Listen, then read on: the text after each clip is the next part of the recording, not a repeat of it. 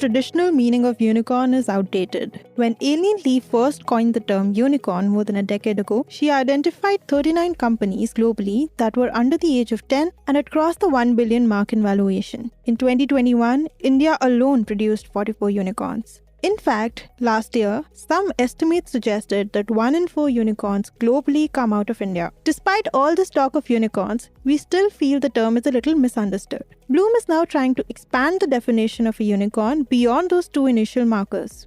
Karthik Reddy calls them the X-unicorn. It's not your usual pink little horse with a horn. We now see a battle-hardened rhino, a zebra which earned its stripes, and a cute but fierce hippo. In fact, the artwork that embodies this idea is up at the Bloom headquarters in Mumbai and never fails to get noticed by visitors.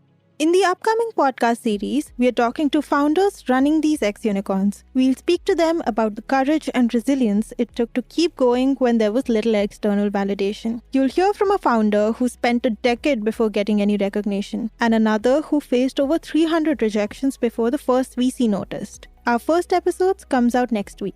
Stay tuned for more. So Karthik, what came first, the idea or the artwork? No, definitely the idea. It was brewing in my head for some time that it's like time we showed them. It was a little bit of that emotion, right? And was inspired by just the grit, resilience of Fund One portfolio, to be honest. So partly they were reaching a decade in existence as a portfolio. And they were mostly written off by the ecosystem as, also rans, small companies, what's the big deal? And each one of them was like charging back onwards and growing horns in a sense. And wanted to sort of give a shout out to them, I guess, in my head. And then just as a lot of things converge fatefully, and I'm become a believer in fate in certain counts, when things have to happen, they happen.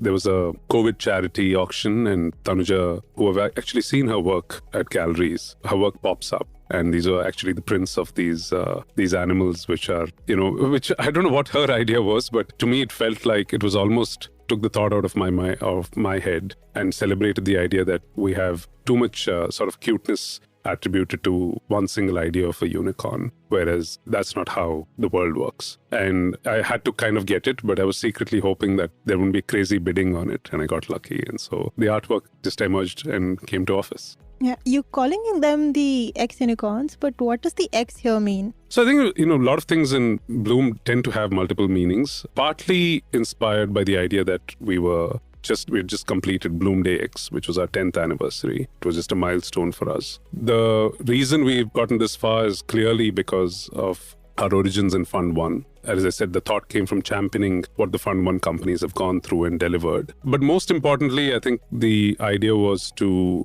attribute the analogy to X-Men and X-Women. So I'm a huge fan of the franchise. I've always liked the idea that you can have, mutants and curious people having superpowers of their own kind, rejected by society, but misunderstood by society, and yet overcome those challenges to actually do good for society. And so it was a combination of a little bit of everything. And so, when you're looking for a term that sort of identifies with what you want to say, this just spouted out. So that's where the X-unicorns come from. How are you making these distinctions, or mutants as you call it, for unicorns? I think it goes back to, you'd reference something in the introduction around where the term comes from, right? So Aileen Lee, to her credit, coined the term, but had actually, people forget that she had very well outlined definitions of what a unicorn is. And we've forgotten them along the way because it's cool for the media to just tout up numbers and have a headline which calls them a unicorn. But a lot of them don't actually fit that exact definition, by the way. You have to be a private company which is less than 10 years old. There are some companies which are more than 10 years old. But cross $1 billion mark and they'll be stamped on a newspaper headline saying they're unicorns. So I think in that sense, I was trying to create categories of folks who don't fit the description. These are not blue-eyed, pedigreed, get every round at a very systematic on a systematic basis every year or two and rapidly scale to a unicorn status in 5-6 years. It was more like, they can go sideways, they might almost die, they might have to survive on bootstrap for 3 years or 4 years in between, might take more than 10 years. How does it matter if you're building a phenomenal company? How do all these definitions matter? So in that sense, they're not like normal, human beings which have a defined set of limbs and perfectly, shaped organs. They could be have built a very different hide to survive. They could have built a very different set of horns to survive. And I think that's the celebration of, the term. And that's where the sort of mutant analogy comes from. So the term was due for a rebranding exercise. I think so. I don't think the world is giving it enough credit. Not that I need the credit, but I'm just saying the world has to appreciate the fact that this is not textbook build out. At one point was considered a rarity when there were 40, when the term was coined originally. Now we have 800 or 1,000 or whatever the count is. And I think the uniqueness of large chunks of them is being, understated. And I think it's important to set role models of that nature. For example, women founders building unicorns is not as common, but I think they need their own championing, right? They go through a different set of challenges. They go through the same set of challenges, but they also have an additional set of challenges. Companies in deep tech go through a different set of challenges. But to singularly stamp all of their journeys in with one term feels relatively underwhelming and short-sighted. So yes, it's a milestone marker, but it doesn't do justice to the journeys. Do you think the investor community is also to blame here because they didn't back enough unusual ideas earlier? Because most of this growth we see is in the last 5-6 years.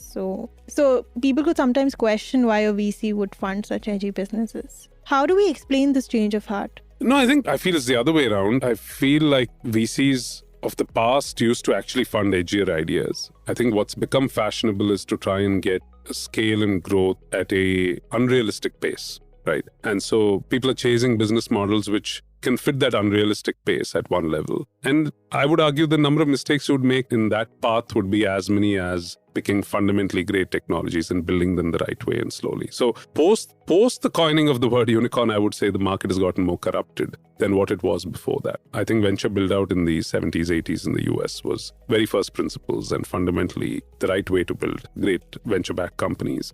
Take risks that, traditional markets wouldn't. It's kind of telling that if every Tom, Dick and Harry is trying to take venture risk, then there's something wrong. Then it's become mainstream. And so, yes, the pace of technology automatically creates a larger scope for market expansion. So the unicorns are not simply a function of venture funding, but also market opportunities have grown.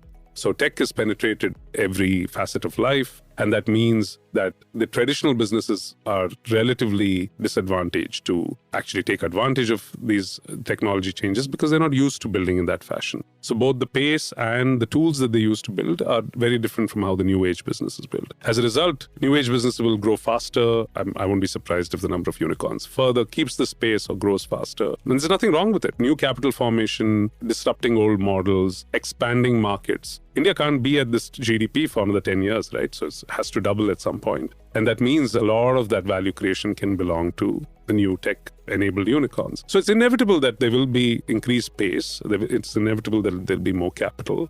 I just feel like venture capital can't afford to be lazy and be looking for formulas and has to appreciate that a significant portion of classic, legendary companies are built through, unconventional paths. And if you don't realize that and have a fair share of them in your long-term winners, I think fundamentally either you've gotten lucky in between and you won't survive long-term, or you'll have, you won't be a great venture franchise, is my humble take. I mean, I'm sure there are enough who'll disagree with me, but I would like to believe that we are building to our beliefs on the space. One last question. What can companies wanting to become unicorns learn from these ex-unicorns? Oh, a lot of things, I think. And the love for doing this podcast came from that. I would want each entrepreneur listening in to pick up, at least one or two facets from each story and each journey. And I haven't written or, documented each one of them, but undeniably resilience, right? Ability to sort of, build without formulas around, borders, markets, talent, hiring, biases that exist around, gender, the fact that you're an Indian company and can't go and conquer the world. Only a certain venture path allows you to build that unicorn. All of these myths have been busted by one or more examples in our series that we're putting together. So I truly, truly hope that they serve as inspiration for even if you've been fortunate and ridden the traditional unicorn path. I would like to believe that there is at least a handful of learnings from each one of these wonderful entrepreneurs that we're going to present. Thank you all for checking out Ex-Unicorns. This podcast is the Bloom Ventures offering, and we will be releasing a new episode every Tuesday. Our sound engineer is Shrey Tiwari and our producer is Vedant Nayak of Manic Pod Studios. Cheers.